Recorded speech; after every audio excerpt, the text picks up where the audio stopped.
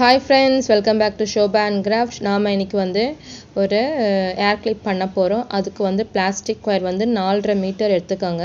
So உங்களுக்கு என்ன colour பிடிச்சிருக்கோ அதை எடுத்துக்கங்க. 4.5 மீட்டர் எடுத்தீங்கன்னா ஒரு சின்ன ஃப்ளவர் பண்ணலாம். சோ இந்த வயர் வந்து உல்டாவா மடிக்கணும். உல்டாவா நீங்க ரவுண்ட் பண்ணிக்கங்க.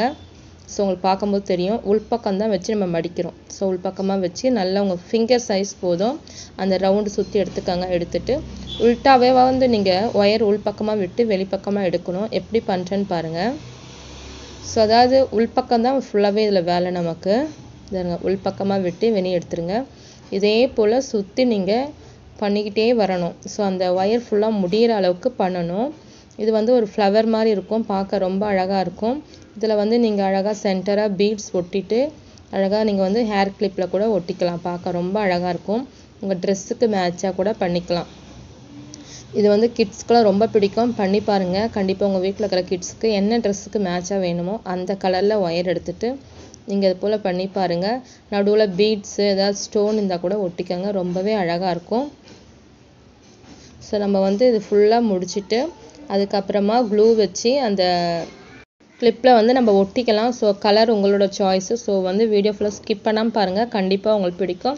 ட்ரை பண்ணி பாருங்க. உங்களுக்கு பிடிச்சிருந்தா எப்பவும் போல நம்ம வீடியோ வந்து Subscribe பண்ணி வச்சுக்கோங்க. இதுல வந்து நிறைய பிளாஸ்டிக் வயர்ல வந்து வளையல் பண்ற வீடியோஸ் கூட இருக்கு.